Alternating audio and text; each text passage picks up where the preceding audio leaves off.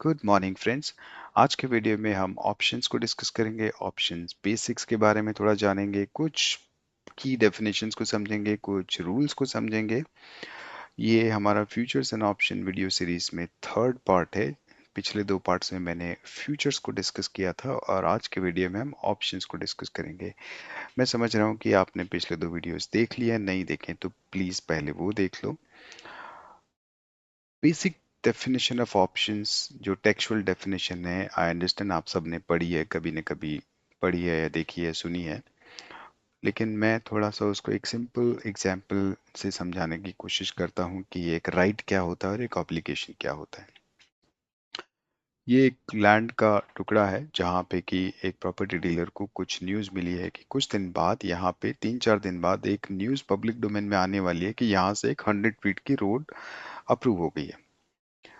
जब ऐसा public domain में आ जाएगी न्यूज़ कि 100 फीट की रोड यहाँ से अप्रूव हो गई, तो बट ऑब्वियस है कि लैंड की प्राइस थोड़ी सी बढ़ जाएगी, एकदम से एक स्पाइक आएगा। प्रॉपर्टी डीलर क्या करता है? प्रॉपर्टी डीलर जो कि इस न्यूज़ को प्ले करना चाहते हैं, वो यहाँ पे अपना कुछ प्लॉट्स बाय करेंगे। मान लेते हैं कि एक 100 गज का प्लॉट बाय करने के लिए 10 लाख का कैपिटल चाहिए।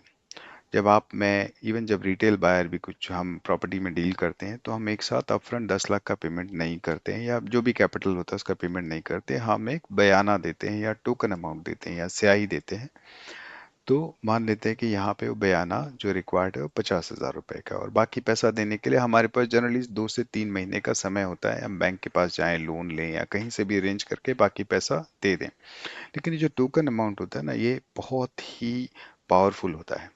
ये हमें राइट दे देता है उस प्लॉट पे कि अब जो सेलर है वो किसी और को नहीं दे सकता है। ये हमारा उस प्लॉट पे राइट हो गया है। मेरे पास ऑप्शन ये है कि 3 महीने बाद हो सकता है मैं ना जाऊं। ठीक है, क्योंकि हो सकता है कि ये न्यूज़ गलत निकल जाए।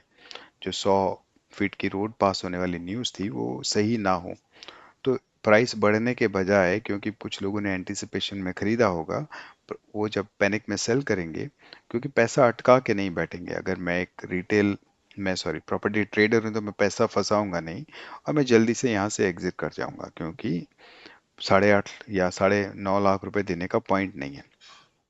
अब प्राइस नहीं बढ़ने वाली है, तो मैं उस टोकन को छोड़ दूंगा। मैं उस टोकन को एक्सेप्ट कर लूंगा कि ये मेरा लॉस हुआ। लेकिन मेरे पास राइट हमेशा है कि मैं जाके 10 लाख रुपए में बचे हुए 9.5 लाख रुपए 3 महीने में दे के उस प्लॉट को खरीद सकता हूँ। चाहे मार्केट में उस वक्त प्राइस 15 लाख चल रही हो या 8 लाख चल रही हो, मुझे 10 लाख में ही मिलेगा। This is my agreement with the seller. तो ये जो टोकन है, ये जो बयाना है, ये मुझे एक राइट देता है उसकी असेट, जो भी अंडरलाइंग असेट है उसकी डिलीवरी लेने का। यहाँ पे प्लॉट की मैं डिलीवरी ले सकता हूँ, बट मेरे पास ऑब्लिगेशन नहीं है कि मुझे लेनी ही है। मैं कभी भी ये टोकन छोड़ के इस डील को भूल सकता हूँ।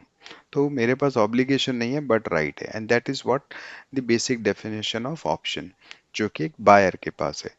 सेलर के पास क्या है? उसके पास है ऑब्लिगेशन, कि उसको ये देना ही पड़ेगा मुझे। अगर बायर आ जाता है डिलीवरी लेने तो उसको देना ही पड़ेगा। एज अ प्रॉपर्टी डीलर मैं क्या करता हूँ, 3 महीने बाद मान लेते हैं, या 3 महीने नहीं, 3-4 दिन बाद ये न्यूज़ आ गई पब्लिक डोमेन में, अचानक जो 10 लाख का प्लॉट था वो अब 12 लाख में बिक रहा है। प्रॉपर्टी डीलर्स जनरली क्या करते हैं, क्योंकि बहुत कम अमाउंट उन्होंने पे किया होता है एज टोकन, वो मल्टीपल प्लॉट्स खरीदते हैं। यहाँ पे सपोज करो 10 प्लॉट खरीद लिए। अगर मैं कैपिटल देता पूरा तो मुझे 1 करोड़ रुपया देना पड़ता, लेकिन मैंने 5 लाख रुपए देकर ही 10 प्लॉट खरीद लिए। अब मैं जब बेचूंगा 12 लाख के भाव से, तो मुझे प्रॉफिट तो इस कैपिटल पे ही होगा। बाकी क्या है? मेरा लेवरेज है जो मैंने दिया नहीं है, जो मुझे देना है ना। यानी कि मेरे मेरे पे उधार है, मुझे देना है, लेकिन मैंने दिया नहीं है। और ना ही मेरा इंटेंशन है। मेरा इंटेंशन है ही नहीं कि इस कॉन्ट्रैक्ट को मैं 3 महीने तक खींच के वहां पे एक्सरसाइज करूं, क्योंकि मैं हूं एक ट्रेडर। तो मैं क्या करता हूं, इस 50,000 के टोकन को देने के बाद जैसे ही 12 लाख का सेलर में बायर मेरे पास आता है, मैं अपना कॉन्ट्रैक्ट उसको दे देता हूँ। ना तो मैंने प्लॉट का पोजीशन लिया, ना मैंने रजिस्ट्री करवाई, ना मैंने बाउंड्री वॉल बनवाया, कुछ नहीं बनवाया। मैंने एक कॉन्ट्रैक्ट का ट्रांजेक्शन कर दिया। जो भी ये बायर है वो भी हो सकता है आगे इसी कॉन्ट्रैक्ट को आगे बेच दे। लेकिन मैंने 50,000 रुपए दे के 2 लाख रुपए का यहाँ पे प्रॉफिट कमाया, बराबर है। यानी कि मेरा जो गेन हुआ वो 1:4 का था। And this is the basic definition of options also, जो कि एक डेरिवेटिव कॉन्ट्रैक्ट है, यानी कि इसकी वैल्यू जो है किसी अंडरलाइंग एसेट से डिराइव होती है। यहाँ पे underlying asset was the actual plot, जिसका टोकन अमाउंट जो दिया था वो प्रीमियम था उसका। तो ऑप्शन भी एक डेरिवेटिव कॉन्ट्रैक्ट है जो कि बायर को राइट देता है, बट ऑब्लिगेशन नहीं है कोई भी। राइट देता है कि जाके अगर मैं एक कॉल ऑप्शन खरीद लेता हूँ किसी अंडरलाइंग एसेट का, किसी रिलायंस का मैंने कॉल ऑप्शन खरीद लिया है, तो मेरे पास ऑप्शन है कि जब एक्सपायरी होगी उस दिन जो भी स्पॉट प्राइस चल रहा हो मुझे कुछ फर्क नहीं पड़ता, जिस स्ट्राइक प्राइस पे मैंने खरीदा है कॉन्ट्रैक्ट मुझे उसी स्ट्राइक प्राइस पे मिलेगा, जैसा कि इस प्लॉट के केस में होता। अब इसको थोड़ा सा स्टॉक मार्केट के कॉन्टेक्स्ट में मूव करते हैं पूरी डेफिनेशन को। तो जो हमने स्ट्राइक प्राइस है जो चूज किया ना, वो हमारी एग्रीड अपॉन प्राइस है, यानी कि प्लॉट के केस में जैसे 10 लाख रुपए वॉज आवर स्ट्राइक प्राइस। अब चाहे मार्केट में कोई भी रेट चल रहा हो, मेरे पास एज अ बायर राइट है कि मैं उसको 10 लाख पे ही खरीदूंगा, चाहे मार्केट में रेट 20 लाख हो जाए मुझे, क्योंकि मैंने उसको बुक कर लिया टोकन देके। इसी तरह स्टॉक में भी ऐसा ही होता है, जब मैं जिस स्ट्राइक प्राइस पे, अगर रिलायंस का स्ट्राइक प्राइस 2500 या 2600 रुपए पे मैंने ले लिया है कॉल ऑप्शन, तो eight the end of the expiry मुझे वो 2600 रुपए पे ही मिलेगा, चाहे रिलायंस का प्राइस 2800 चल रहा हो या 2400 चल रहा हो, मुझे तो 2600 में ही लेना पड़ेगा। मैं अगर 2400 में चल रहा होगा तो मैं 2600 में क्यों लूंगा, तो मैं क्या कर दूंगा, सरेंडर कर दूंगा टोकन को। टोकन क्या होता है, जो कि मैं स्ट्राइक प्राइस का प्रीमियम पे करता हूँ, राइट। जो बायर ने क्या पे किया, प्रॉपर्टी डीलर ने, जो ट्रेडर था उसने क्या पे किया, सिर्फ टोकन अमाउंट। जब मैं एक ऑप्शन बाय करता हूँ, कॉल ऑप्शन बाय करता हूँ या पुट ऑप्शन बाय करता हूँ, तो मैं भी सिर्फ प्रीमियम पे करता हूँ, but to get the right to buy the actual underlying asset, लेकिन मैं पे करता हूँ सिर्फ प्रीमियम। तो आप थोड़ा सा रिलेट कर पा रहे हो प्रॉपर्टी वाले उस एग्जाम्पल से स्टॉक ऑप्शंस में। स्टॉक ऑप्शन खरीद लेने का मतलब ये नहीं होता कि मैंने सपोज करो कॉल ऑप्शन खरीद लिया जिससे कि मुझे एक्सपायरी के बाद 300 रिलायंस के शेयर मिल जाएंगे, जो भी उसकी लॉट साइज है उसके हिसाब से। इसका ये मतलब नहीं होता वो मिल गए हैं मुझे, है ना। जैसे कि प्लॉट पे जब मैं टोकन अमाउंट दे के बुक करता हूँ, इसका मतलब नहीं है मैं जाके वहां पे मकान बना लूं, है ना, या बाउंड्री वॉल बना दूं, ठीक है, क्योंकि मुझे वो कोई राइट नहीं मिला है वहां पे। तो उसी तरह स्टॉक ऑप्शंस में आपने सिर्फ एक कॉल ऑप्शन खरीदा है जो एक्सरसाइज नहीं हुआ है, वो आपको कोई ओनरशिप नहीं देता, कोई वोटिंग राइट्स नहीं है, और कोई आपको डिविडेंड नहीं मिलता। ऑप्शंस बनाए क्यों गए थे, ऑप्शंस डिजाइन किए गए थे बेसिकली एज हेज इंस्ट्रूमेंट्स। कैसे करते थे इससे हेजिंग, मान लीजिए कि आपने 5 रिलायंस के फ्यूचर के कॉन्ट्रैक्ट बाय किए हुए हैं लॉन्ग साइड पे, आप रिलायंस पे लॉन्ग फ्यूचर बाय किया हुआ आपने, मार्केट क्लोज होने वाला है, आपको ये नहीं पता है रात में कोई इंपॉर्टेंट इवेंट आने वाला है ना, यू हैव नो आइडिया कि कल मार्केट गैप अप खुलेगा या गैप डाउन खुलेगा। आप क्या करते हो उस केस में, रिलायंस के 5 पुट ऑप्शन बाय कर लेते हो कि जस्ट इन केस नीचे गिर गया तो मुझे जो लॉस है वो बहुत, मतलब बहुत हद तक कवर हो जाएगा। हालांकि पुट पुट ऑप्शन जो है वो पूरी तरह मेरे लॉस को कवर नहीं करेगा, क्योंकि पुट का एक डेल्टा होता है जो कि 1 नहीं होगा, वेरएज फ्यूचर में आपका डेल्टा हमेशा 1 होता है। डेल्टा ऑप्शन ग्रीस के बारे में हम आगे वाले वीडियोस में डिस्कस करेंगे। बट इस तरह से आप हैज कर सकते हो कि आपने फ्यूचर में लॉन्ग किया हुआ है लेकिन आप पुट बाय करके अपनी पोजीशन को हैज कर रहे हो। लोग अपने पोर्टफोलियो को हेज करते हैं बाय बाइंग क्वार्टरली और half yearly contracts also, options also. अगर आपको लग रहा है कि आज निफ्टी 20,000 पे है और हो सकता है कि अब निफ्टी ने अपना टॉप अचीव कर लिया और अब निफ्टी शायद गिर के नीचे आ जाए, तो आप अपने पोर्टफोलियो को भी हैज कर लेते हो। तो आप वहाँ पे क्या करते हो, निफ्टी के क्वार्टरली हाफ ईयरली कॉन्ट्रैक्ट्स को बाय कर लेते हो। हमारे पास ये सब ऑप्शंस होते हैं, I will show it to you कि कितने टाइप की सेटलमेंट, कितने टाइप की एक्सपायरीज हमारे पास अवेलेबल है। बट आप और मैं दोनों बहुत अच्छी तरह जानते हैं कि आजकल ऑप्शंस हेजिंग पर्पस के लिए लोग यूज करते ही नहीं हैं, लोग सिर्फ स्पेकुलेशन करते हैं और स्पेकुलेटिव ट्रेडिंग करते हैं। वो सबसे ज्यादा ट्रेड होने वाला इंस्ट्रूमेंट ही ऑप्शन बन गया है, जबकि ये सिर्फ हेजिंग के लिए बनाया गया था। बहुत ज़्यादा लेवरेज है। 10 लाख का प्लॉट ले लिया आपने 50,000 रुपये दे के और उसको 10 लाख की वैल्यू पे ही ट्रेड किया, 12 लाख मिले उसमें से पूरा का पूरा प्रॉफिट आपने 10 लाख पे उठाया। इसलिए हाईली लेवरेज्ड होता है। यहाँ पे भी आप सिर्फ क्या करते हो, एक स्टॉक ऑप्शन बाय करते हो, तो आपको अगर आप फ्यूचर का लॉट बाय करते हो तो कम से कम 2 लाख रुपए से 7-8 लाख रुपए तक देना पड़ता है, depending on the lot size and volatility जो चल रही है। लेकिन अगर आप कॉल ऑप्शन बाय करते हो या पुट ऑप्शन बाय करते हो तो यू जस्ट पे a very small amount like a token amount. 20,000, 10,000 में मिल जाता है। निफ्टी, बैंक निफ्टी तो आपको 5-4-5 हज़ार में भी मिल जाता है। तो बहुत ही हाईली लेवरेज्ड है और इसीलिए हाईली रिस्की भी है, क्योंकि ये बहुत अच्छा रिस्की क्यों है उसको और आगे डिटेल में डिस्कस करेंगे, क्योंकि इसकी जो प्रीमियम की प्राइस है वो कैसे कैलकुलेट होती है। इसलिए कई बार वोलेटिलिटी की वजह से बहुत ही शार्प मूव्स आते हैं। तो हाईली लेवरेज्ड है, हाईली रिस्की है। कुछ और इम्पोर्टेंट चीज़ें, कुछ और इम्पोर्टेंट रूल्स को समझते हैं कि सेटलमेंट्स कैसे होते हैं। एक दो तरीके के देखो ऑप्शन सेटलमेंट तरीके हैं। ठीक है, एक होता है अमेरिकन सेटलमेंट मेथड, जिसमें कि स्टॉक ऑप्शन को आप एक्सरसाइज कर सकते हो before the expiry. You don't have to wait till the expiry, आप उसको कभी भी एक्सरसाइज कर सकते हो। एक होता है यूरोपियन सेटलमेंट सिस्टम, जिसमें कि आप उसको सिर्फ एक्सपायरी पे ही सेटल कर सकते हो, उससे पहले नहीं। ठीक है, देखो ट्रेड ट्रेड होना एक अलग चीज है। एक कॉल ऑप्शन जो मैंने खरीदा किसी और को बेच दिया, किसी उसने किसी और को बेचा, दैट्स वेरी ट्रांजैक्शनल थिंग। लेकिन जो कॉन्ट्रैक्ट है वो सेटल होगा eight the time of expiry only. ठीक है।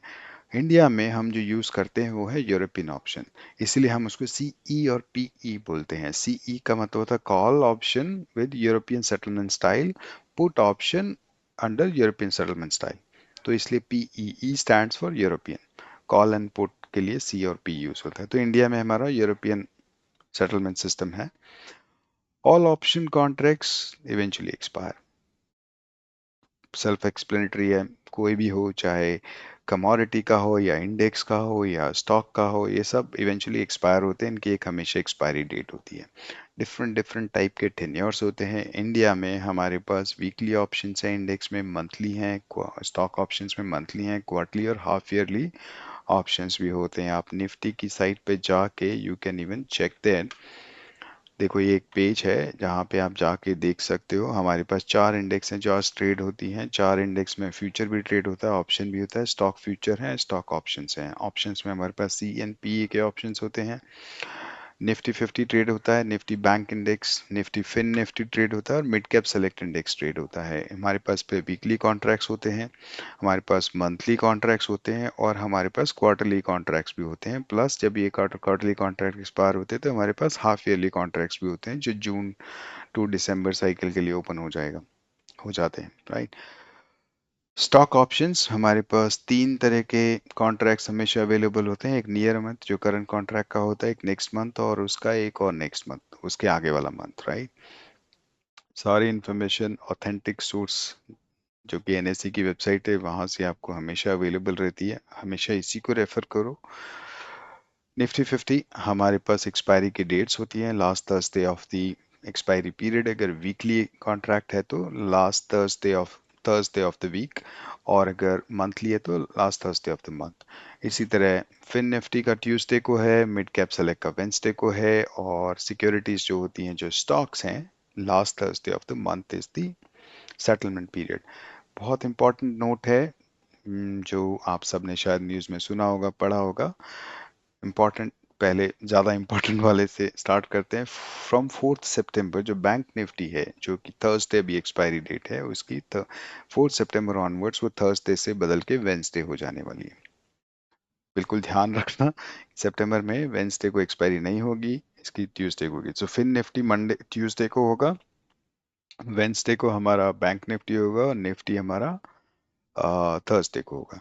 इसके अलावा जो मिड कैप सेलेक्ट इंडेक्स है वो भी उसकी एक्सपायरी वेंसडे से चेंज होकर मंडे हो जाएगी, और सेंसेक्स हो गया आपका फ्राइडे को। तो पांचों दिन आपका कोई ना कोई इंडेक्स आपका एक्सपायर हो रहा होगा। इसके अलावा okay sorry, let's go back to our PPT. So weekly, monthly, quarterly, half yearly options होते हैं सेटलमेंट के हमारे पास। इंडेक्स ऑप्शंस कैश में सेटल होते हैं, क्योंकि index itself is not a commodity जिसको कि आप डिलीवरी ले सको। ठीक है, वो तो एक बेंचमार्क है। तो इंडेक्स ऑप्शंस में अगर आप प्रॉफिट में है, इन द मनी है, और आपने कॉन्ट्रैक्ट को फाइनली एक्सरसाइज करना है, आपने कॉन्ट्रैक्ट मतलब सेल नहीं किया या निकाला नहीं, तो आपको उसको कैश में सेटल करना पड़ेगा। इसको हम और आगे थोड़ा समझेंगे डिटेल में जब हम मनीनेस को समझेंगे या इंट्रांसिक वैल्यू को समझेंगे कॉन्सेप्ट को, तब इसको आपको और क्लियर होगा। बट ऐसा समझ लो कि इंडेक्स में आप कैश में ही सेटल कर सकते हो, जबकि स्टॉक ऑप्शंस में आपको डिलीवरी लेनी पड़ती है अंडरलाइंग असेट की, उसको आप कैश में सेटल नहीं कर सकते हो। और this is the primary reason जितने भी ब्रोकर्स हैं वो last week of the month में मार्जिन रिक्वायरमेंट बढ़ा देते हैं फॉर स्टॉक ऑप्शंस, क्योंकि उनको नहीं पता है कि अगर आप सेटल करना भूल गए या मिस हो गया आपसे, तो आपको उस स्टॉक की डिलीवरी लेनी पड़ेगी according to the lot size of the stock. अगर जैसे रिलायंस है, 300 का अगर लॉट है, और अगर आपने थर्सडे को सेटल नहीं किया, तो फिर आपको उसकी डिलीवरी लेनी पड़ेगी as per the strike price जो भी आपने चूज किया था, उससे आपको उसके बाकी पैसे देकर, अगर आपके अकाउंट में पैसे नहीं है तो आपको पेनल्टी भी देनी पड़ेगी। ठीक है, तो मार्जिन रिक्वायरमेंट इसलिए लास्ट में बढ़ा देते हैं। इसीलिए बड़े बुजुर्ग ये कहते हैं कि आखिर के हफ्ते में, last week of the month में, स्टॉक ऑप्शंस में सेम मंथ की स्ट्राइक प्राइस पे ट्रेड नहीं करो, नेक्स्ट मंथ की स्ट्राइक प्राइस, नेक्स्ट मंथ का कॉन्ट्रैक्ट चूज करो। स्पेशली लास्ट के 2 दिन में तो बिल्कुल, क्योंकि सभी लोग फिर नेक्स्ट मंथ पे शिफ्ट हो जाते हैं, तो लिक्विडिटी भी नहीं मिलेगा आपको, बहुत सारे ऑप्शंस सेलर या बायर भी नहीं मिलेंगे, इसलिए avoid to trade in the last week of the month, and this is the primary reason, क्योंकि आपको कैश में डिलीवरी लेनी पड़ती है, प्लस मार्जिन रिक्वायरमेंट बहुत ज़्यादा हो जाता है। ठीक है, तो हमने कुछ चीज़ें समझी, कुछ रूल समझे, सेटलमेंट के रूल्स क्या हैं, ऑप्शंस की डेफिनेशंस क्या है। अब एक बहुत बेसिक सी चीज़ को समझते हैं कि कॉल क्या होता है और पुट क्या होता है। ठीक है, और मनीनेस का क्या मतलब होता है। सीई जैसे मैंने बताया, call under European settlement system, जब मैं एक कॉल बाय करता हूं तो इसका मतलब मैं मार्केट पे बुलिश हूं। राइट, अब मैं एक छोटा सा एग्जांपल ले रहे हैं, यहाँ पे एक निफ्टी का टेबल है। ये निफ्टी की डिफरेंट डिफरेंट स्ट्राइक प्राइसेस हैं। स्ट्राइक प्राइस कैसे डिसाइड होती है, हम डिसाइड नहीं करते हैं, हम डिसाइड नहीं कर सकते, प्री डिसाइडेड होती हैं, आपका एक्सचेंज डिसाइड करता है। तो निफ्टी में आपको 50 के वेरिएंट में मिलेगी, 750, 800, 850, 900, जबकि बैंक निफ्टी में 100 के उसमें चलती है।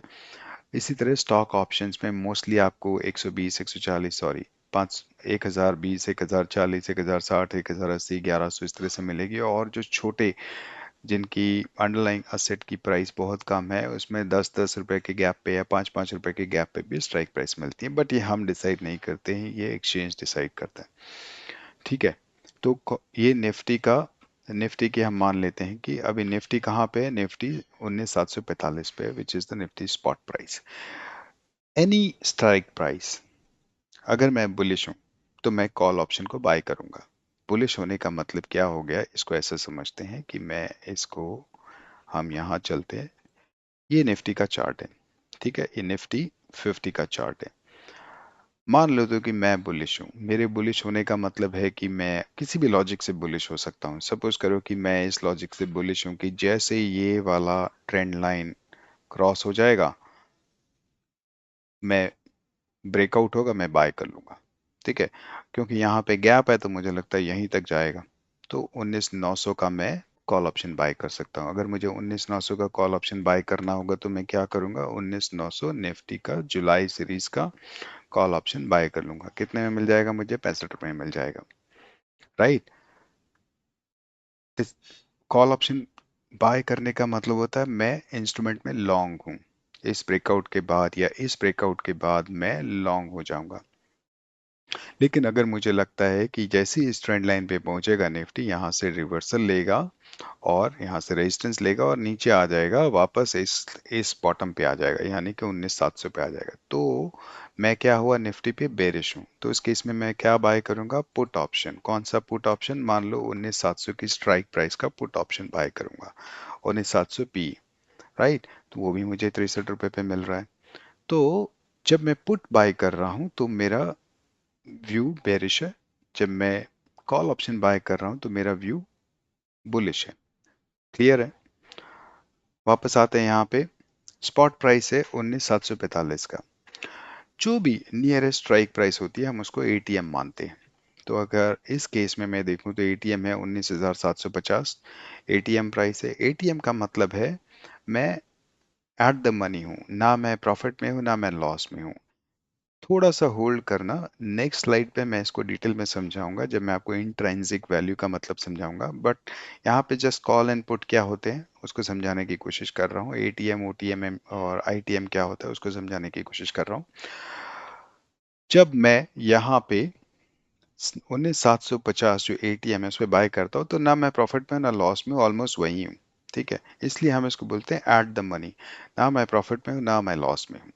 लेकिन अगर कोई भी स्ट्राइक प्राइस जो कि स्पॉट प्राइस से नीचे है, जब मैं लॉन्ग जा रहा हूँ तो मैं ऑलरेडी प्रॉफिट में हूँ, क्योंकि मैं क्या कर रहा हूँ, सपोज करो मैं 19,700 का स्ट्राइक प्राइस बाय कर रहा हूँ, ऑलरेडी निफ्टी 19,700 के ऊपर है, तो मैं तो प्रॉफिट में हूँ।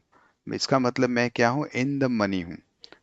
कोई भी स्ट्राइक प्राइस जो कि स्पॉट प्राइस से नीचे की अगर मैं उसे बाय करूंगा तो I will always be in the money. In the money मतलब I will always be in profit as far as the strike price minus spot price minus strike price is concern. इसको hold करना, next slide पे समझाऊंगा। थोड़ा सा confusing था कि मैं पहले आपको इंट्रिंसिक वैल्यू समझाऊं या पहले कॉल पुट समझाऊं, इसलिए मैं खुद भी थोड़ा कंफ्यूज था। बट आप दोनों तो 5 मिनट रुकोगे तो आपको दोनों को अब समझ पाओगे। मैं प्रॉफिट में हूं क्योंकि मैं इन द मनी हूं। अगर कोई भी स्ट्राइक प्राइस जो स्पॉट प्राइस के आगे है ना, जब मैं लॉन्ग हूं तो उसको मैं, या मैं जब कॉल बुलिश हूं तो मैं उसको बोलूंगा OTM, out of the money, यानी कि प्राइस अभी वहां पहुंची नहीं है लेकिन मैं सोच रहा हूं पहुंच जाएगी, वो आउट ऑफ द मनी होगी। यानी कि मैं इंट्रांसिक वैल्यू छोड़ दो, सॉरी, मैं नेक्स्ट स्लाइड पे समझाऊंगा इस टर्म को। इसका मतलब यह है कि अभी मैं लॉस में हूँ, मेरी स्पॉट प्राइस जो है मेरी स्ट्राइक प्राइस से नीचे पीछे है। अगर मुझे कैश में सेटलमेंट करना पड़ जाए at the end of the expiry, index है तो कैश में सेटलमेंट होगा, तो I will be in loss. Take an example, मैं 19,800 का स्ट्राइक प्राइस का कॉल ऑप्शन बाय कर लेता हूँ। अगर एक्सपायरी 19,745 पे हो गई तो मैं लॉस में रहूंगा। लेकिन अगर मैं 19,700 का स्ट्राइक प्राइस बाय करता हूँ और एक्सपायरी 19,745 पे हो जाती है तो मैं इसमें क्या रहूंगा, प्रॉफिट में रहूंगा, क्योंकि मैं इन द मनी हूँ। Hope you got this concept of moneyness, कि आप मनी के अंदर हैं या मनी के बाहर हैं। इसी तरह जब मैं पुट ऑप्शन बाय करता हूं तो मेरा व्यू है बेरिश। तो इसका ये मतलब है कि 745 जो है, इस 745 के नीचे का यानी कि और बेरिश होने का कोई भी स्ट्राइक प्राइस अगर मैं बाय करता हूं तो I am out of the money, क्योंकि यहाँ पे प्राइस आई नहीं है, मैं आउट ऑफ द मनी हूँ। सपोज करो मैंने 19,700 का स्ट्राइक प्राइस का पुट ऑप्शन बाय किया because I was expecting Nifty to come down till 19,700, लेकिन वो मान लेते हैं 19,745 पे एक्सपायर हो गई, विच मीन्स कि मैं लॉस में हूँ, right, because I was thinking वो यहाँ आएगा, वो यहाँ नहीं आया, तो मैं क्या हो गया, आउट ऑफ द मनी रह गया। लेकिन अगर मैं कोई भी स्ट्राइक प्राइस इसके ऊपर का बाय करता हूं तो मैं क्या हो जाऊंगा, इन the money in case of put option. Suppose करो मैंने 19,800 का स्ट्राइक प्राइस का पुट ऑप्शन बाय किया था। अगर एक्सपायरी 19,745 पे हो गई तो इसका ये मतलब हो गया कि मैं प्रॉफिट में हूँ, क्योंकि मैं तो यहाँ तक ही गिरने का सोच रहा था, वो तो यहाँ आ गया, तो इसका मतलब मैं इन द मनी रहूंगा, राइट। अब मैं इस कॉन्सेप्ट को और डिटेल में समझाता हूँ। इंट्रिंसिक वैल्यू क्या होती है, बहुत इंटरेस्टिंग टॉपिक है, गौर से समझना। मोबाइल पे देख रहे हो तो छोड़ दो, अच्छा स्क्रीन लैपटॉप पे देखो, नोट्स लो, तभी आप चीज़ों को याद रख पाओगे। और ये ऑप्शंस ट्रेडिंग बहुत लोगों को एक्साइट करती है, लेकिन आपको खेल के रूल समझना बहुत ज़रूरी है। इसीलिए तो 90% लोग पैसा खोते हैं, क्योंकि सिर्फ एक यूट्यूब वीडियो देखा और ट्रेडिंग स्टार्ट कर दी। स्ट्रेटजी सर्च करते रहते हैं यूट्यूब में ना, कीवर्ड डालते रहते हैं, option strategy, best option strategy. Basics को समझो, पहले गेम के रूल्स को समझो। इंट्रिंसिक वैल्यू क्या होती है? इसको समझने के लिए मैं एक छोटा सा एग्जांपल लेता हूँ। 5 रुपए का कॉइन है, राइट। आरबीआई ने हम सबको 5 रुपए का एक कॉइन दिया हुआ है जिस पे के ऊपर लिखा है 5 रुपए, वो उसकी प्रीमियम है, राइट। कल को अगर वर्ल्ड वॉर हो जाता है या आरबीआई 5 रुपए के कॉइन को डिसकंटिन्यू कर देता है, तो क्या उस 5 रुपए के कॉइन की कोई वैल्यू रहेगी? खत्म हो जाएगी ना, क्योंकि उस पे 5 लिखे होने से कुछ नहीं होता, आरबीआई ने बंद कर दिया उसको, वो करेंसी बंद हो गई। लेकिन उस 5 रुपए के कॉइन की फिर भी एक इंट्रिंसिक वैल्यू है। क्या है वो इंट्रिंसिक वैल्यू? जो उसके अंदर मेटल है उसकी वैल्यू। वो अभी भी मेटल मार्केट में तो किलो के भाव से बिक सकता है कि नहीं बिक सकता। तो हमेशा अंडरलाइंग इंस्ट्रूमेंट में एक इंट्रिंसिक वैल्यू होती है, सॉरी जो कॉन्ट्रैक्ट होते हैं ऑप्शन के, उसमें एक इंट्रिंसिक वैल्यू होती है जो बेसिकली अंडरलाइंग असेट की वैल्यू होती है। 5 रुपए जो कॉइन पे लिखा है उसका प्रीमियम है जो आरबीआई ने डिसाइड किया है। चाहे उसके अंदर मेटल 2 रुपए का ही हो, लेकिन उसकी वैल्यू 5 रुपए आरबीआई ने डिसाइड की, दैट इज इट्स प्रीमियम।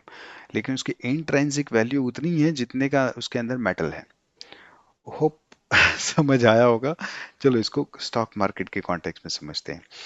मैंने बताया अभी आपको कि इंट्रिंसिक वैल्यू होने का मतलब है कि आप इन द मनी आ गए, यानी कि आप प्रॉफिट में। आप प्रॉफिट में कब होगे? जब आप इन द मनी हो, यानी कि आपके पास जो इंट्रिंसिक वैल्यू है वो ज्यादा है। अभी इसको समझते हैं गौर से। सपोज करो एक कॉल मैंने बाय किया। लॉन्ग कॉल का मतलब बाय करना, हम बायर के पॉइंट ऑफ व्यू से समझ रहे हैं आज इस वीडियो में।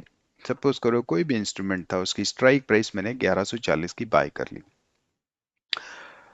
अब eight the end of the expiry, eight the end of the contract tenure, मान लेते स्पॉट प्राइस आ गई 1170 पे। मैं अगर आपसे पूछूं इंट्रिंसिक वैल्यू क्या है, तो आप क्या बताओगे? इंट्रिंसिक वैल्यू का फॉर्मूला है spot price minus strike price.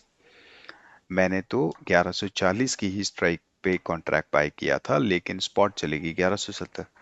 तो इसका मतलब मेरे इस कॉन्ट्रैक्ट में eight the time of expiry 30 रुपए की इंट्रिंसिक वैल्यू थी, जो कि मेरा क्या बोलते हैं, प्योर नफा है। कैसे वो नफा है या नहीं है वो आगे और समझेंगे। अभी पार्शली इस कॉन्सेप्ट को समझ रहे हैं, ठीक है। अभी प्रीमियम की प्राइस कैसे मूव होती है वो सब आगे वाले वीडियोस में समझेंगे।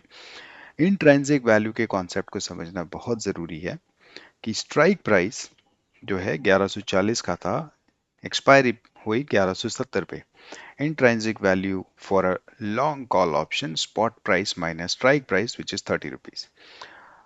दूसरा एग्जाम्पल लेते हैं जहां पे कि जो स्ट्राइक प्राइस 1140 का था जो मेरे कॉल ऑप्शन का था, लेकिन स्पॉट प्राइस 1132 पे बंद हो गया, राइट। क्या है मेरी यहाँ पे इंट्रिंसिक वैल्यू? कैलकुलेट करके बताओगे जल्दी से। स्पॉट प्राइस है 1132, स्ट्राइक है 1140, इंट्रिंसिक वैल्यू क्या है? गलत, इंट्रिंसिक वैल्यू है 0, क्योंकि इंट्रिंसिक वैल्यू नेगेटिव नहीं हो सकती है। नेगेटिव होगी तो आपको पता है ऑप्शन बायर को पैसा देना पड़ जाएगा। आई थिंक, देखो इसको हम इसको बाद में डिस्कस करेंगे कि नेगेटिव क्यों नहीं हो सकती है। अगर आप जानना चाहते हो थोड़ा गूगल करो, मैं शायद नेक्स्ट वीडियो में इसको डिस्कस करूंगा। लेकिन अगर नेगेटिव वैल्यू आ रही है तो हम उसे जीरो कंसीडर करते हैं, ठीक है। This is the rule of option trading, ऐसे समझ लो अभी के लिए। तो मेरी इंट्रिंसिक वैल्यू इस केस में जीरो हो जाएगी। अगर मैं पुट ऑप्शन बाय कर रहा हूँ, मान लो मैंने कोई इंस्ट्रूमेंट का 880 रुपए का स्ट्राइक प्राइस का पुट बाय किया। Eight the time of expiry मान लो 865 पे स्पॉट आ गया, यानी कि मैं क्या हो गया? इन द मनी हो गया ना, इन द मनी। पुट ऑप्शन मतलब प्राइस नीचे आना था, 880 मैंने सोचा था और भी नीचे चला गया 865। तो पुट ऑप्शन में हम इंट्रिंसिक वैल्यू कैसे निकालते हैं? Strike price minus spot price, that is my intrinsic value. तो इस केस में वो हो गई 15 रुपए, करेक्ट।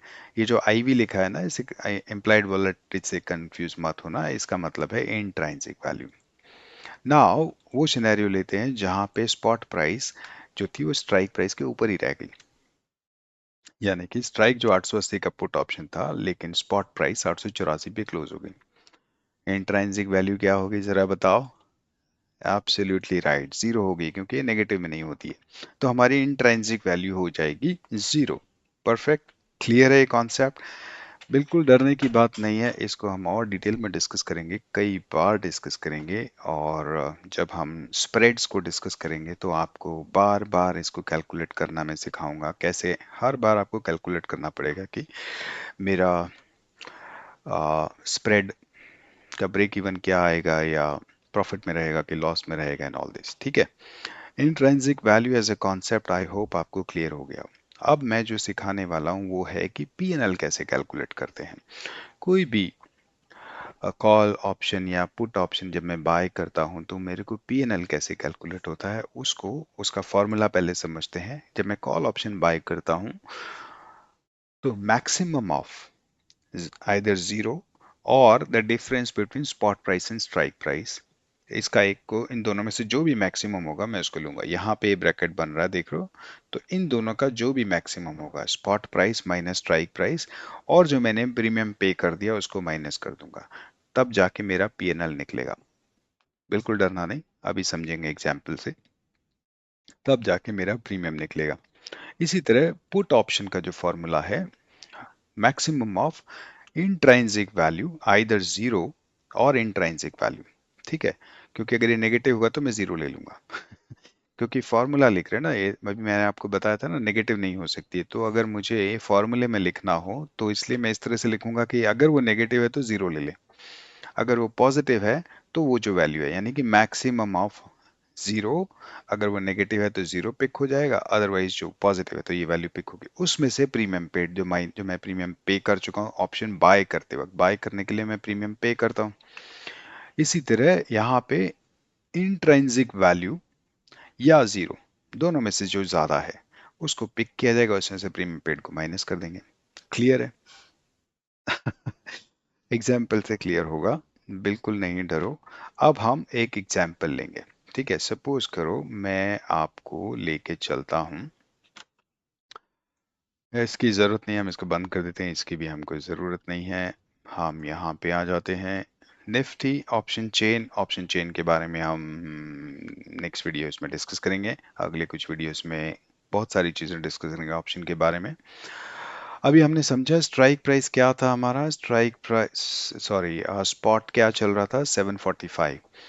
तो अगर मुझे एक कॉल ऑप्शन बाय करना है, कॉल ऑप्शन मतलब मैं थोड़ा सा बुलिश हूँ, तो मैं निफ्टी 19,800 का कॉल ऑप्शन बाय कर सकता हूँ, जो नियर ओटीएम है, जो कि एक किसी प्राइस पे मिल रहा होगा 110 रुपए पे, जैसे निफ्टी की एनएससी की वेबसाइट पे बता रहा है। ठीक है, इसी तरह अगर मुझे एक पुट ऑप्शन बाय करना होगा तो मैं एक near put option, near strike price by कर सकता हूँ, यानी कि 19,700 की, क्योंकि 745 चल रहा है, तो उसका लास्ट ट्रेडेड प्राइस 63 का है।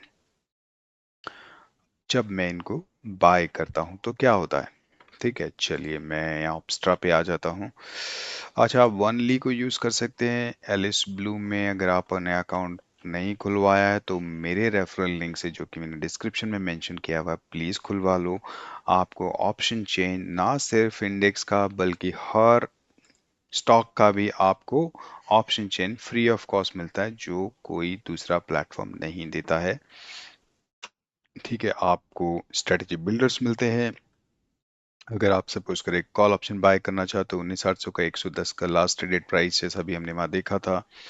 पे ऑफ चार्ट मैं अगले वीडियो में समझाने की कोशिश करता हूँ कैसे बनता है, बट मेरे ख्याल से बहुत सारे लोग जानते हैं ऑलरेडी कि क्या होता है। हम इसको यहाँ पे देखते हैं, ऑप्शन बिल्डर में चलते हैं। यहाँ पे हम ऑप्स्ट्रा पेड है, निफ्टी का फ्यूचर नहीं, मुझे ऑप्शन बाय करना है। इलिस्ट्रेशन पर्पज के लिए इसको यूज कर रहा हूँ, जीरोधा में जाके बाय कर सकते हो आप। हमने बोला 19,800 का मैं कॉल ऑप्शन बाय करना चाहता हूँ, मैं गया 19,800, ये लो कॉल ऑप्शन ऐड पोजीशन। क्या मतलब हो गया, 97.75 पे एनएससी की वेबसाइट पे 110 था, लेकिन वो रिफ्रेश कल होगा, ऑप्स्ट्रा ने रिफ्रेश कर दिया क्लोजिंग, लास्ट क्लोजिंग प्राइस के ऊपर 97.75, राउंड फिगर मान लेते हैं, 98 रुपीज पे मुझे मिल रहा है। यानी कि कॉल ऑप्शन जब मैं बाय करता हूँ, अभी आउट ऑफ द मनी है, 745 स्ट्राइक प्राइस है, तो मैंने out of the money by किया, यानी कि उसमें इंट्रिंसिक वैल्यू नहीं है। अगर आज ये इस प्राइस पे एक्सपायर हो जाता है तो मेरा ये कॉल ऑप्शन जीरो हो जाएगा। मेरा मैक्सिमम लॉस कितना है, जो मैंने प्रीमियम पे किया है, यानी कि एज अ प्रॉपर्टी ट्रेडर जो मैंने टोकन अमाउंट दिया है, अगर वो रोड पास नहीं होती है और तो मेरा टोकन अमाउंट मैं छोड़ दूंगा, तो वो मेरा मैक्सिमम लॉस है, उससे ज्यादा मुझे लॉस हो नहीं सकता है, पॉसिबल नहीं है। ठीक है, तो that is my maximum loss, जो कि हमें यहाँ पे बता देता है। ये ब्रेक इवन कैसे आया है, इसको हम अभी डिस्कस करेंगे कि ये ब्रेक इवन कैसे आता है। ठीक है, तो मेरा मैक्सिमम लॉस उतना ही है जितना मैंने पेमेंट किया है, और ये देखो ये जो मैंने मार्जिन दिया है वही मेरा मैक्सिमम लॉस है, which is your token amount for taking a guess on Nifty that it will go 19,800। ठीक है, ये मैंने गैस लिया, उसके ऊपर शर्त लगा ली एक तरीके से, जिसपे मेरा 5,000 4,888 रुपए का लॉस हो सकता है, या तो मैं शर्त जीतूंगा या हारूंगा। ठीक है, अब जरा वापस यहाँ आते हैं। अभी जो हमने फॉर्मूला सीखा उसको यूज करके अब हम देखते हैं कि डिफरेंट डिफरेंट सिनेरियोज में हमें क्या प्रॉफिट होगा या लॉस होगा। इंट्रांसिक वैल्यू को यूज करेंगे, प्रीमियम हमने पे किया है, राउंड फिगर करके मैंने 98 ले लिया, 97.75 था, मान लेते हैं एक्सपायरी हुई 19,650 पे। इंट्रिंसिक वैल्यू क्या होगी मेरी, स्पॉट प्राइस माइनस, क्योंकि कॉल ऑप्शन बाय किया है, फॉर्मूला आपको याद है ना, spot price minus strike price. Spot price जो कि 19,600 है माइनस स्ट्राइक प्राइस जो 19,800 की मैंने स्ट्राइक प्राइस खरीदी थी, वैल्यू क्या होएगी, याद है फॉर्मूला, फॉर्मूला है ए या जीरो दोनों में से जो मैक्सिमम है। यहाँ पे क्या है, ये माइनस में आएगा, है ना, -150। तो -150 ज्यादा है कि जीरो ज्यादा है, जीरो ज्यादा है, तो हमें क्या लेना पड़ेगा, हमारी इंट्रिंसिक वैल्यू क्या है, जीरो। हमारा फॉर्मूला क्या है, जीरो, यहाँ से उठाया जीरो माइनस प्रीमियम पेड, कितने का प्रीमियम पे किया, 98 का, तो मेरा लॉस है -98 पर lot multiplied by 50। That's my maximum loss, 4,888 रुपए जो हमने देखा था, राइट। गौर से देखो, अगर 19,700 पे स्पॉट क्लोज हुआ, 19,700 माइनस 19,800, मैं हमेशा ही जीरो में हूँ, क्यों, क्योंकि ये फिर से नेगेटिव है, यानी कि मेरा लॉस कितना है, जो मैंने प्रीमियम पे किया है। परफेक्ट। 19,750 पे भी क्लोज होगा तो भी ये नेगेटिव आएगी, जब तक ये वैल्यू नेगेटिव रहेगी मैं माइनस में ही रहने वाला हूँ, क्योंकि मैं प्रीमियम पे कर चुका हूँ ऑलरेडी 98 का। 19,800 पे क्लोज हो गया, मैंने 19,800 का स्पॉट प्राइस का खरीदा है वैल्यू, राइट, मैंने स्ट्राइक प्राइस किया 19,800 का है। मान लो स्पॉट भी 19,800 पे क्लोज होता है, अब तो मेरी बात सही हो गई ना, मैंने सोचा था 19,800 जाएगा और 19,800 चला गया, लेकिन अगर आप गौर से देखोगे कैलकुलेशन में मैं फिर भी 98 लॉस कर रहा हूँ, right.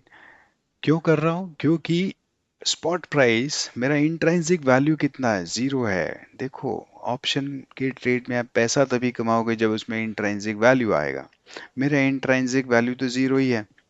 19,800 minus 19,800 is my intrinsic value जो कि जीरो है, और 98 का मैं प्रीमियम पे कर चुका हूँ, तो वो जीरो, तो मेरा जो लॉस है वो तो वो उतना ही रहा 98 का, क्योंकि वो प्रीमियम मैं पे कर चुका हूँ, और सब कुछ जीरो हो गया। 19,850 पे चला जाता है मान लेते हैं, स्पॉट जो है 19,850, मैंने स्ट्राइक प्राइस खरीदा 19,800 का, स्पॉट हो गया 19,850। लेकिन अगर आप गौर से देखोगे 19,850 माइनस 19,800 मेरे को इंट्रिंसिक वैल्यू भी मिली, लेकिन मेरी इंट्रिंसिक वैल्यू जितना मैंने प्रीमियम पे किया है उससे कम है, तो मैं फिर भी लॉस में ही रहने वाला हूँ, लेकिन मेरा लॉस कम हो जाता है। अब आप ठीक से सोच के बताओ, मेरा ब्रेक इवन कहाँ होगा, मेरा ब्रेक इवन होगा सॉरी, थोड़ा सा मिस्टेक है इसमें, थोड़ी सी मिस्टेक है, बिकॉज आई वाज, थोड़ा टाइपो हो गया, मेरा लॉस होगा कहाँ पे दोस्त, इसको सेव कर देते हैं। मेरा लॉस, सॉरी, मेरा ब्रेक इवन कहाँ पे होगा, जब मैं 19,898 पे कहूँगा, क्योंकि मैंने 98 रुपीज़ का क्या पे किया हुआ है, प्रीमियम पे किया हुआ है। जब एक्सपायरी के दिन अगर ये 898 से नीचे एक्सपायर हुई तो मैं हमेशा लॉस में रहूंगा, लेकिन अगर 898 या उसके ऊपर गई तो मैं प्रॉफिट में आऊंगा, क्योंकि मुझे इतना इंट्रिंसिक वैल्यू चाहिए at the time of expiry. 98 minus 98 zero, this is my break even. अब जब इसके ऊपर 900 पे क्लोज हुआ तो मुझे ₹2 का प्रॉफिट होगा, first time I will be in green. 19,950 पे क्लोज हुआ तो मेरा डिफरेंस आएगा 150, which is my intrinsic value, जिसमें से 98 को मैं हटा दूंगा। ठीक है, इसी तरह से ये 20,000 पे क्लोज हुआ तो कितना आएगा, तो अगर आपने गौर से देखा, मेरा लॉस हमेशा मैक्सिमम लॉस हमेशा फिक्स था। मेरा मैक्सिमम लॉस हमेशा ही उतना था जितना मैंने प्रीमियम पे किया है। उससे ज़्यादा हो ही नहीं सकता, चाहे वो निफ्टी ज़ीरो पे चला जाए। ठीक है।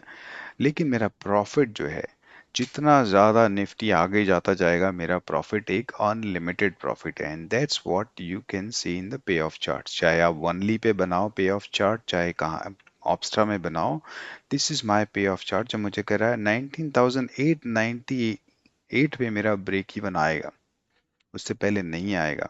अगर आप यहाँ पे देखोगे, this is my break even. जब भी प्राइस उसके ऊपर जाएगी तो मेरा प्रॉफिट अनलिमिटेड है। देख रहे हो ये डायरेक्शन इसका, अनलिमिटेड, जितना ऊपर जाएगा बढ़ता ही जाएगा। लेकिन अगर इसके नीचे आ गया, यानी कि यहाँ से नीचे आना स्टार्ट हुआ, उसके बाद मेरा लॉस एक पर्टिकुलर लेवल के बाद फिक्स्ड हो जाएगा।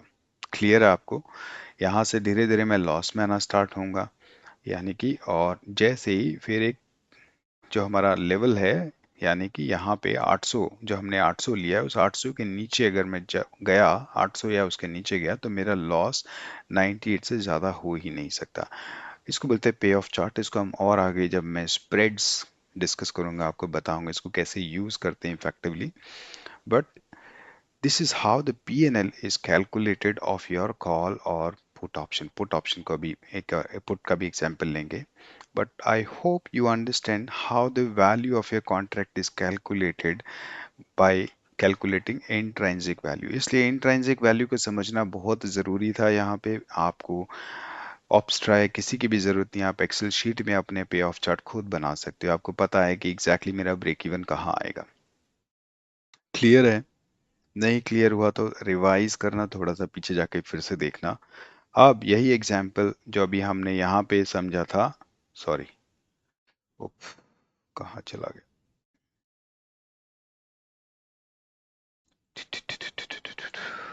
वेट, जो हमने समझा था लॉन्ग पुट, इसी को हम एक पुट के एग्जाम्पल में समझते हैं कि मान लो कि मैं यहाँ से अब एक पुट ऑप्शन बाय करना चाहता हूँ, यानी कि 700 से 745 पे है, 19,700 का पुट ऑप्शन बाय करना चाहता हूँ। अगेन आई गो टू ऑप्स्ट्रा, इसको मैं डिलीट कर देता हूँ। I want to buy put option, यहाँ पे 19,700 सेलेक्ट कर लेंगे, 19,700, और यहाँ से हम पी सेलेक्ट कर लेंगे, add my position. Look at this, जब मैं पुट ऑप्शन बाय कर रहा हूँ तो उसका मतलब क्या है कि मेरा व्यू है बेरिश। मेरा व्यू अगर बेरिश है तो उसका मतलब ये है कि निफ्टी 19,700 तक आनी चाहिए या उससे भी नीचे जानी चाहिए।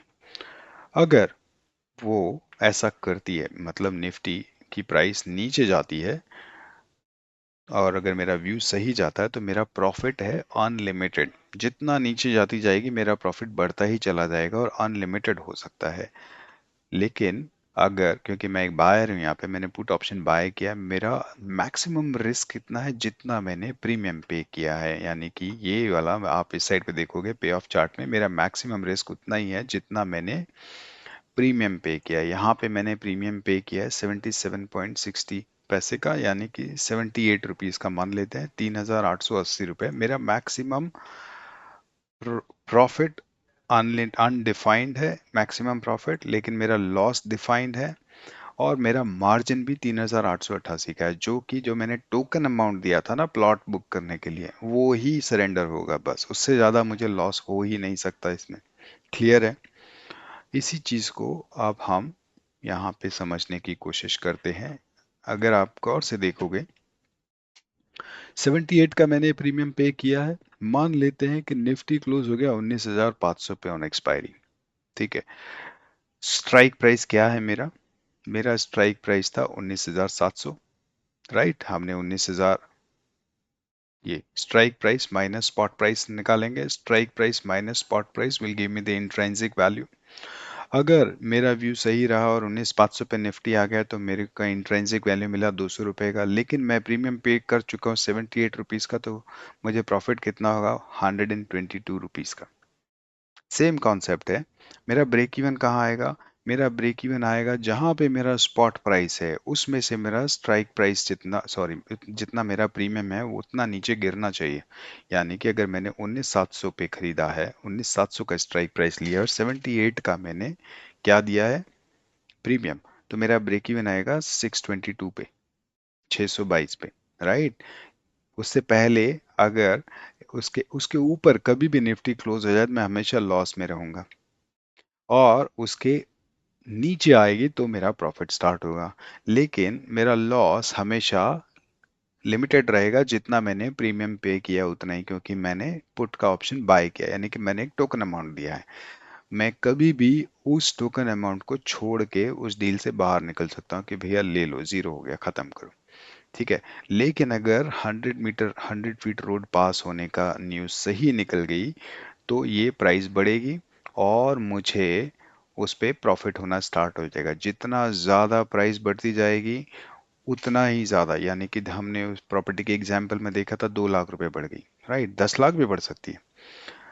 अगर नहीं बढ़ती तो मेरा लॉस तो उतना ही था जितना मैंने टोकन अमाउंट दिया है, लेकिन बढ़ गई तो वो अनलिमिटेड है ना, 1 करोड़ भी हो सकती है। ऐसा होता नहीं है practically, but just to explain the concept कि अनलिमिटेड प्रॉफिट हो सकता है if I am an option buyer, और मेरा लॉस हमेशा फिक्स्ड है up to the premium I have paid, and this is how the PNL is calculated. You don't need Opstra or any other tool for payoff charts. You can easily calculate it in a simple Excel sheet, या कि कैसे ये पे मेरा break even क्या होगा, कैसे calculate करना है, and all this, if you are into holding the call till the expiry. ऐसा करते ही नहीं, जैसे मैंने बताया ना, लोग बहुत ज़्यादा स्पेकुलेशन होता है इसमें, तो लोग ऐसे करते नहीं है। इसलिए हम आगे के वीडियोस में समझेंगे कि जो प्रीमियम प्राइस होती है कैसे मूव होती है, क्या इंपॉर्टेंट फैक्टर्स हैं जिनको हम ऑप्शन ग्रीक्स बोलते हैं, कैसे ऑप्शन की प्रीमियम प्राइस को इफेक्ट करते हैं, ठीक है। वो आने वाले वीडियोस में समझेंगे, बट आज के लिए मैं उम्मीद करता हूँ आपको एक कॉन्सेप्ट समझ आया होगा कि इंट्रिंसिक वैल्यू क्या होती है, कैसे हम उसको यूज करके ये पता कर सकते हैं कि हम इन द मनी है या आउट ऑफ द मनी है या एट द मनी है, हमें प्रॉफिट होगा या लॉस होगा। ये सब चीज़ें हम उसको इंट्रिंसिक वैल्यू से कैलकुलेट कर सकते हैं।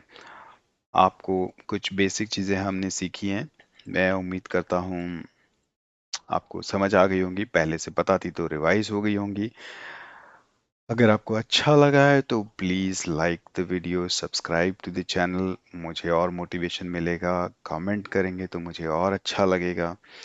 आने वाले वीडियोस में हम सीखेंगे ऑप्शन ग्रीक्स के बारे में, कैसे वो प्रीमियम को इफेक्ट करते हैं और कैसे हमें कौन सा स्ट्राइक प्राइस चूज करना चाहिए। उसके बाद हम डिस्कस करेंगे, कुछ स्प्रेड्स को भी डिस्कस करेंगे आने वाले वीडियोस में, जो कि मैंने पहले किसी को सिखाया था, तो कुछ स्लाइड्स बनी हुई हैं, ठीक है। तो आज के लिए इतना ही guys, thank you very much.